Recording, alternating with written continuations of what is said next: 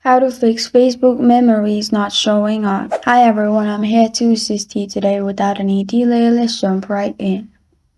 First, open Play Store on your device and search Facebook. If there is any update available, update. If not, simply click on the Facebook and click on uninstall button in here. After you click on uninstall in here, click on uninstall again. After you do that, reinstall Facebook app and open the app. Make sure you log in. After you're logged in, click on the three lines at the top left corner of your screen. After you click on the three lines in here, click on Memories. After you click on Memories in here, you'll find all your memories pop up. This is how to fix Facebook memories not showing up.